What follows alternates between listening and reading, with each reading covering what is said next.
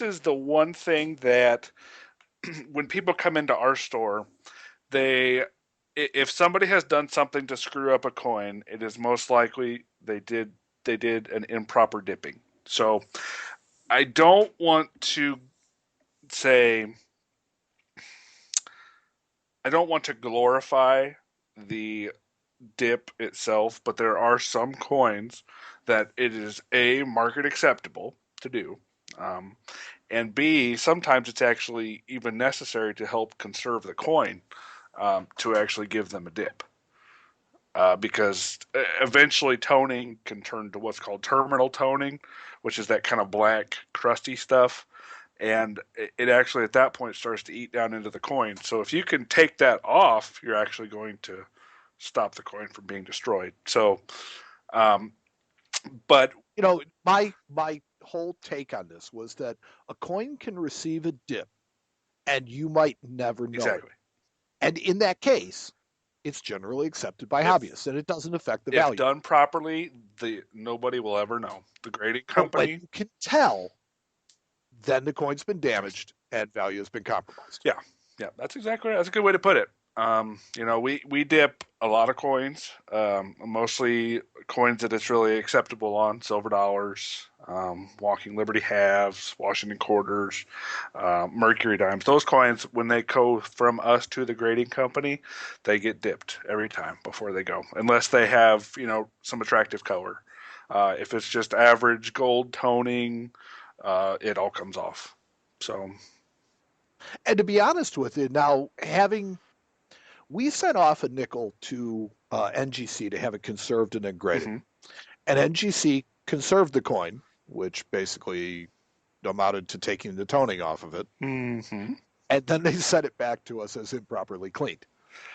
Well, Which, well, here's the thing, okay? And it's like, it kind of chapped our hide for a little bit. But what it comes down to is this: the improper cleaning was done a long time yeah, ago, was done, but and the coin had retoned. yeah, And had we done it with your method and we dipped the coin rather than having them dip the coin, we probably would have never sent it to exactly. have You it would have graded. gotten the exact same result. Right, and And we'd have ended up being a lot happier with because we'd had another $40 in our pocket. well, but you know what?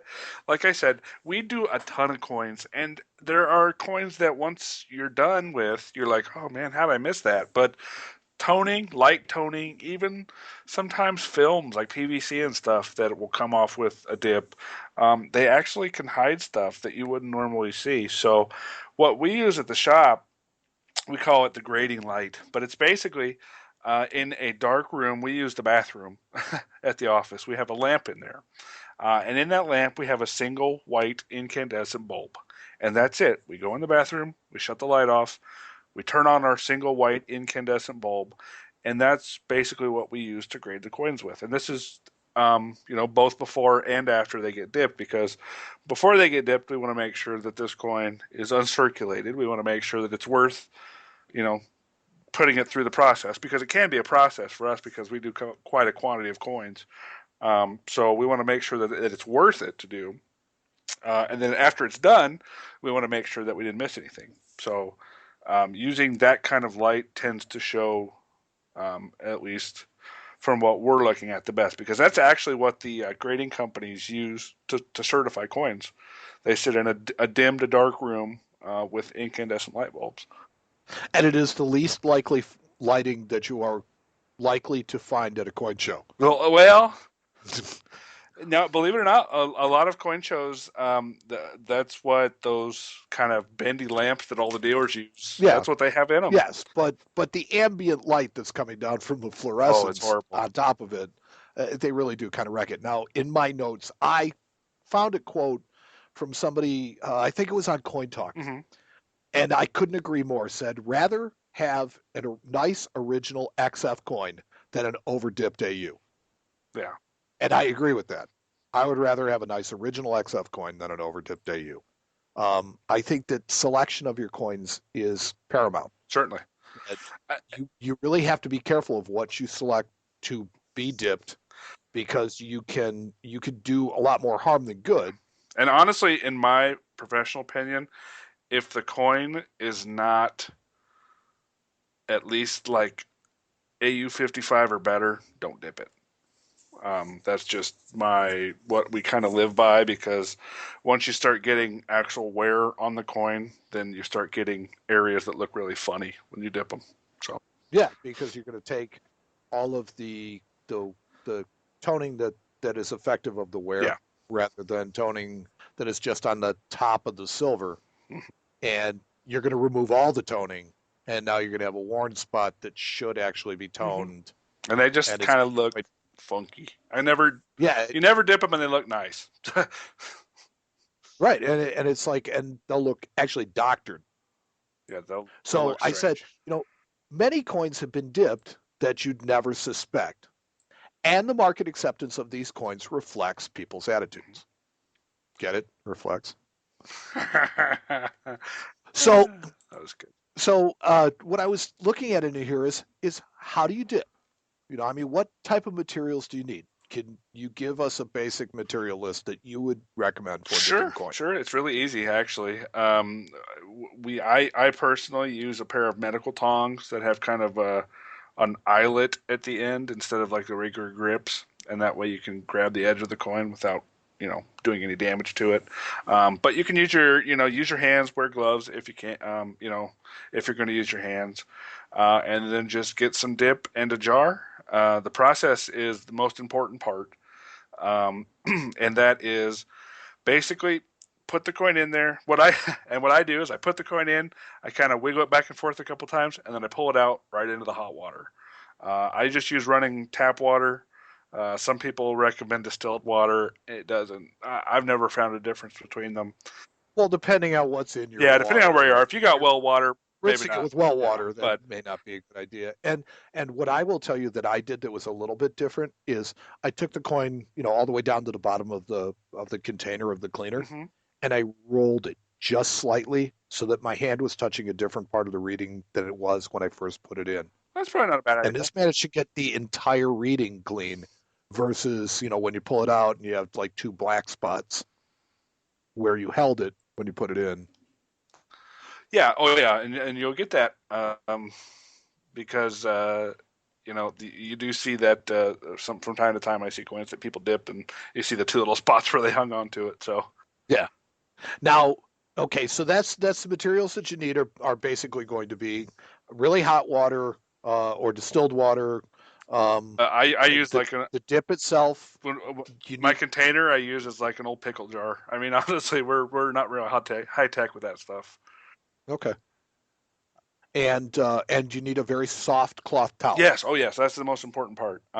right? Because you have to blot it dry afterwards, not wipe it. No friction whatsoever. You don't want to get any None. friction at all. You just want to kind of pat it dry, flip it over, pat it dry some more until. And you don't want the cleaner settling into the rim area and Oh yeah, no, the you need to make sure crevices that of the coin because it will leave yeah, residue you need to make in sure that that that coin. coin gets washed under hot water a lot. I mean, you want to make sure that you get every little bit of that cleaner off of there, because if you don't, it's going to leave a spot. It's going to leave a mark.